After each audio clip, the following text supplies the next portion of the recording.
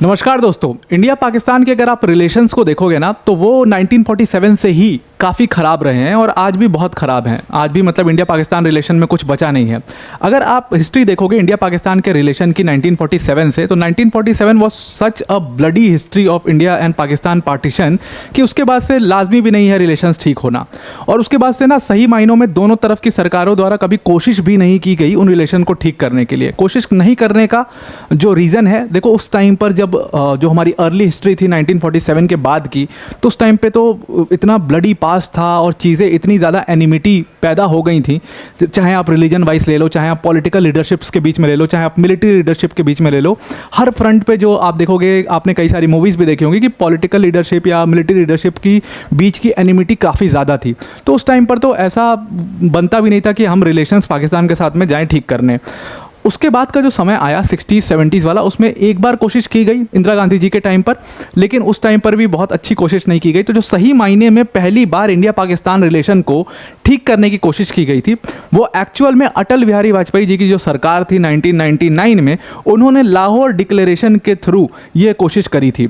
तो अब इसको जिक्र करने का आज का मतलब ये है कि देखो हुआ क्या है कि अभी कल मैंने एक आर्टिकल कवर किया था जिसमें नवाज शरीफ, जो कि पाकिस्तान मुस्लिम लीग नवाज के अब प्रेसिडेंट बनने जा रहे हैं, उन्होंने अपने यहाँ पर एक काउंसिल मीटिंग बुलाई थी। मैंने आपको बताया था कि वो काउंसिल मीटिंग होगी, वो डिसाइड करेगी प्रेसिडेंट है, लेकिन आप मान के चलो कि वो प्रेसिडेंट बन ही चुके हैं, बिकॉज वो पूरी पार्टी उनकी है, पूरी लीडरशिप उनकी है, सारे नेताओं को खड़ा उन्होंने किया है, तो मेंबर उनका प्रेसिडेंट बनना बिल्कुल तय है। जो बाकी के मेंबर्स हैं वो काफ़ी वीक मेंबर्स को खड़ा किया गया है और उनको मतलब आप समझ लो एक तरीके से निर्विरोधी वो प्रेसिडेंट बन जाएंगे अपनी पार्टी का। तो अपनी पार्टी की उन्होंने जनरल काउंसिल मीटिंग बुलाई थी और उसमें उन्होंने एक बहुत बड़ी बात कही। उन्होंने कहा कि जो इंडिया और पाकिस्तान के बीच में लाहौर डिक्लेरेशन साइन हुआ था, जो कि पहली कोशिश थी इंडिया पाकिस्तान के रिलेशन को ठीक करने के लिए, सही मायने में पहली कोशिश थी, उस कोशिश को पूरी तरीके से फेल कर दिया गया।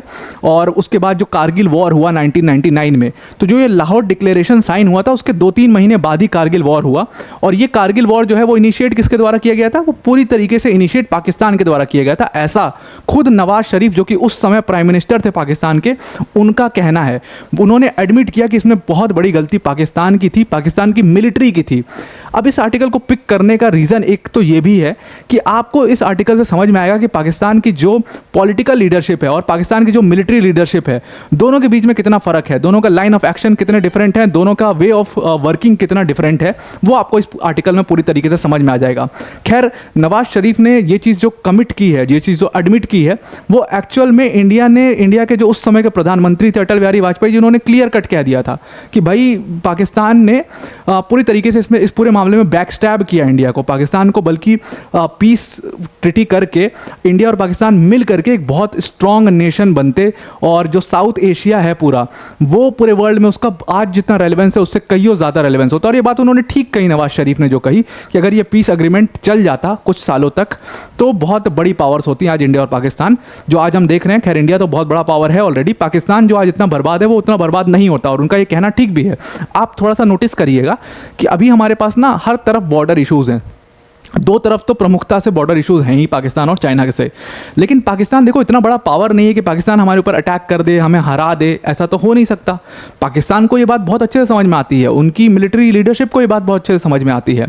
तो अगर इंडिया पाकिस्तान का जो बॉर्डर इशू है, कश्मीर इशू है, वो ख़त्म हो जाता है तो इंडिया पूरी तरीके से कहाँ पर फोकस कर पाएगा? जो एक्चुअल रियल एनिमी है इंडिया का, चाइना, उसके ऊपर हम पूरी तरीके से फोकस कर पाएंगे। तो ये बात नवाज शरीफ ने बिल्कुल सही भी कही है। अब देखो होता क्या है, इस पूरे रिलेशनशिप को हम आपको डिटेल में मैं समझाता हूं। लाहौर डिक्लेरेशन में हुआ क्या था एक्चुअल में? लाहौर डिक्लेरेशन जो है वो 1999 के फरवरी में साइन हुआ था। आप डेट्स को याद रखना, ये डेट काफ़ी इंपॉर्टेंट, आगे चल करके आपको समझ में आएगा। तो फरवरी 21 को लाहौर डिक्लेरेशन साइन हुआ और ये तब की तस्वीरें हैं जब हमारे प्रधानमंत्री उस समय के अटल बिहारी वाजपेयी जी लाहौर जाते हैं, वहाँ पर पीएम नवाज शरीफ से मिलते हैं और दोनों बैठ करके लाहौर डिक्लेरेशन पर साइन करते हैं। अब इस लाहौर डिक्लेरेशन में कई सारे इंपॉर्टेंट पॉइंट्स थे जिनके ऊपर हमारी बीच में अग्रीमेंट हुआ था। उसमें से सबसे इंपॉर्टेंट पॉइंट था रिजोल्यूशन ऑफ कश्मीर इशू।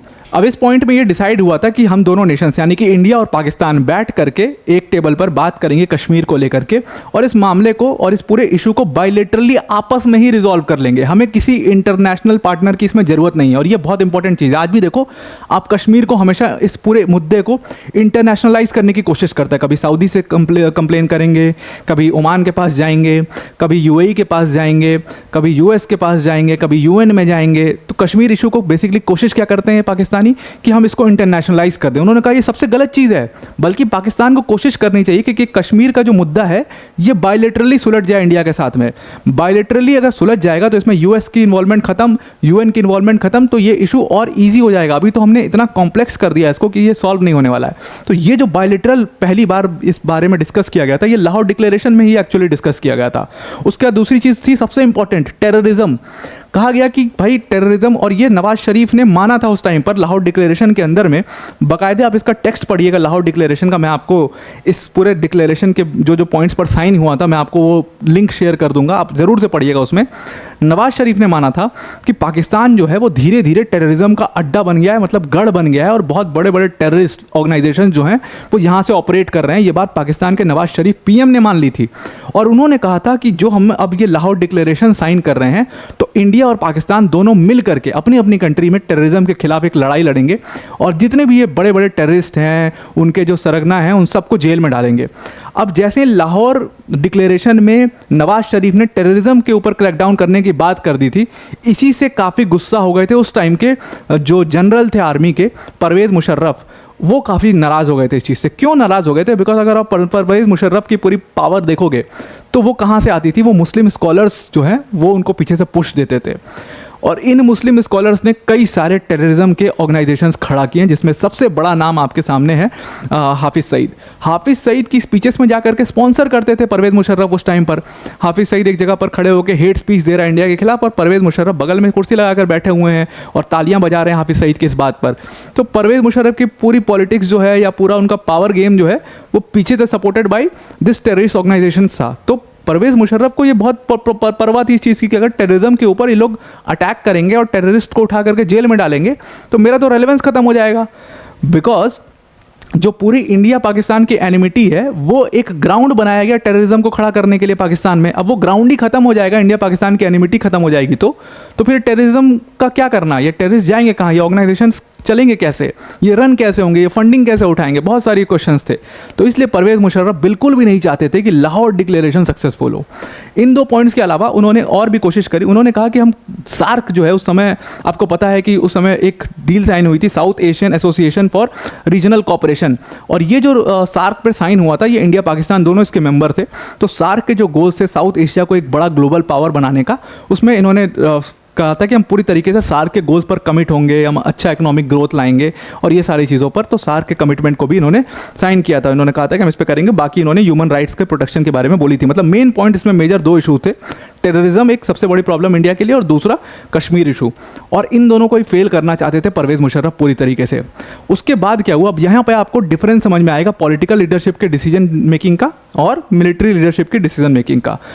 ठीक आप समझिए कि फरवरी 21 को 1999 में लाहौर डिक्लेरेशन पे आपकी पॉलिटिकल लीडरशिप साइन हो रही है, जिसका मतलब वो पूरी तरीके से अलाइंड है इंडिया के साथ मिल करके काम करने में और पीस करने में। लेकिन दूसरी तरफ कारगिल वॉर होता है मई 1999 में। ठीक 3 महीने बाद परवेज़ मुशर्रफ जो हैं उनको पता था कि कश्मीर इशू को बढ़ाना पड़ेगा ताकि किसी भी तरीके की पीस डील ना हो पाए, और उन्होंने एक कारगिल डिस्ट्रिक्ट है जम्मू एंड कश्मीर के अंदर में, वहाँ पर अटैक कर दिया अचानक से। अब एक इसके पीछे ना बहुत बड़ी कंट्रोवर्सी, मतलब कॉन्स्पिरेसी थ्योरी कहते हैं ये, कि परवेज़ मुशर्रफ को तो बहुत अच्छे से पता था, वहाँ पर एक टाइगर हिल नाम का एक हिल है, तो उनको पता था कि ये पॉइंट जो है इंडिया के लिए बहुत इंपॉर्टेंट है, और अगर हम इसको कब्जा कर लेंगे या हम इस पर अपने फोर्सेस बैठा देंगे तो इंडिया पूरी पावर से अपनी रिटेलिएट करेगा और हमें रिट्रीट तो करना ही पड़ेगा। और ये बात खुद जो जूनियर थे परवेज़ मुशर्रफ के, बाद में वो बड़ी रैंक पर आते हैं पाकिस्तानी मिलिट्री के अंदर में, उन्होंने एडमिट की थी। उन्होंने कहा कि परवेज़ मुशर्रफ को बहुत अच्छे से पता था कि हमें रिट्रीट करना ही पड़ेगा, चाहे उसके अलावा कोई और ऑप्शन नहीं है, हम लड़ नहीं सकते बराबरी में उनसे। दोनों न्यूक्लियर नेशंस बनी चुके थे ये दोनों कंट्रीज़, तो इन दोनों को पता था कि रिट्रीट पाकिस्तान को करना ही पड़ेगा, वो बहुत कमज़ोर है इंडिया के सामने अभी फ़िलहाल में। तो उन्होंने कहा कि परवेज़ मुशर्रफ ने ये जानबूझ के किया था, बिकॉज वो नहीं चाहते थे कि लाहौर डिक्लेरेशन सक्सेसफुल हो, इसीलिए उसको अनसक्सेसफुल करने के लिए उस पूरे डिक्लेरेशन को परवेज़ मुशर्रफ ने ये पूरा कारगिल वॉर एक पूरी कॉन्स्पिरेसी रची थी जिसमें हमारे कितने जवान मारे गए थे। तो ये कारगिल वॉर में इंडिया रिटेलिएट करता है और पूरी तरीके से वो टाइगर हिल और वो पूरी आसपास की जगह को कब्जा वापस से ले लेता है अपने हाथ में, और पाकिस्तान वहाँ से रिट्रीट कर जाता है। पाकिस्तान की बुरी तरीके से उसमें हार होती है। लेकिन उसके बाद एक बहुत इंपॉर्टेंट चीज़ होती है, और वो इंपॉर्टेंट चीज़ ये थी कि जो कारगिल कॉन्फ्लिक्ट की वजह से जो पहली बार कोशिश की गई थी, जो सही मायनों में पाकिस्तान के साथ अच्छे रिलेशन बनाने की कोशिश की गई थी, वो कोशिश लाहौर डिक्लेरेशन के ब्रीच की वजह से ख़त्म हो गई और दोबारा कभी सही मायनों में इंडिया पाकिस्तान के रिलेशन को बूस्ट करने की कोशिश नहीं की गई, बल्कि हमेशा ये दोनों नेशंस आपस में एनिमिटी रखने लगे। और वो एनिमिटी आज तो मतलब इतनी ज़्यादा बढ़ गई है कि अब शायद ये रिलेशंस कभी ठीक ना हो पाए। जब तक बायलैटरली बात नहीं होती है, जब तक कश्मीर इशू पे बात नहीं होती है खुल करके, तब तक ठीक होना बिल्कुल भी मुमकिन नहीं है। और मैं देखता हूँ अगर कश्मीर के कुछ लीडर को, तो वो चाहते भी नहीं है कि ठीक हो ये इंडिया पाकिस्तान के रिलेशंस। अगर आप पाकिस्तान में वहीं देखो तो पॉलिटिकल लीडरशिप को हटाओ, मिलिट्री लीडरशिप को देखो, या जो नेता मिलिट्री के वजह से नेता बन रहे हैं उनको देखो, वो भी नहीं चाहते कि इंडिया पाकिस्तान का रिलेशन ठीक हो, बिकॉज उनका रेलेवेंस खत्म हो जाएगा ना। जैसे यूएस है, यूएस नोस कि उसका पूरा रेलेवेंस क्यों है, उसका पूरा रेलेवेंस जो है वो सिक्योरिटी की वजह से है। अगर हर कंट्री को वो सिक्योरिटी देता है, वो सीरिया में है, वो इराक में है, वो ईरान में है, हर जगह वो क्या करता है, वो सिक्योरिटी प्रोवाइड कर रहा है सीरिया में। उसका कहना ये है कि हम भाई लोगों को सिक्योरिटी प्रोवाइड कर रहे हैं हर जगह पे जहाँ जहाँ टेररिज्म है वहाँ पर यूएस है। तो टेररिज्म ख़त्म हो जाए ऐसा खुद यूएस नहीं चाहेगा, क्योंकि यूएस के मतलब यूएस मेन लैंड पे तो कोई हमला कर नहीं रहा है टेररिस्ट, ये टेररिस्ट तो वहीं पर आतंक मचा रहे हैं। तो यूएस खुद भी नहीं चाहता कि ये टेररिज्म ख़त्म हो, क्योंकि फिर उसका रेलेवेंस खत्म हो जाएगा यूएस का। उसके जो 600-800 बेसेस बनाए हैं वो क्यों बनाए हैं, वो इसलिए बनाए हैं टेररिज्म को काउंटर करने के लिए। आप हर जगह पे उनका मैनिफेस्टो उठाइए, जिस भी कंट्री में उनका मैनिफेस्टो है जहाँ पर उनके बेस हैं वहाँ का मैनिफेस्टो उठाइए, वहाँ पर साफ लिखा हुआ उन्होंने कि टेररिज्म को काउंटर करने के लिए हमने ये बेसेस बनाए हैं।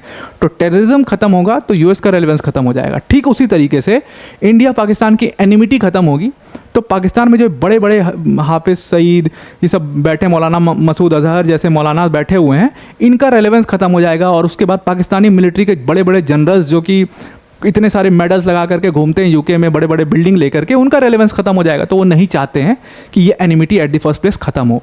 तो आई होप आपको ये पूरा आर्टिकल नवाज शरीफ ने क्या एडमिट किया ये सब समझ में आ गया होगा।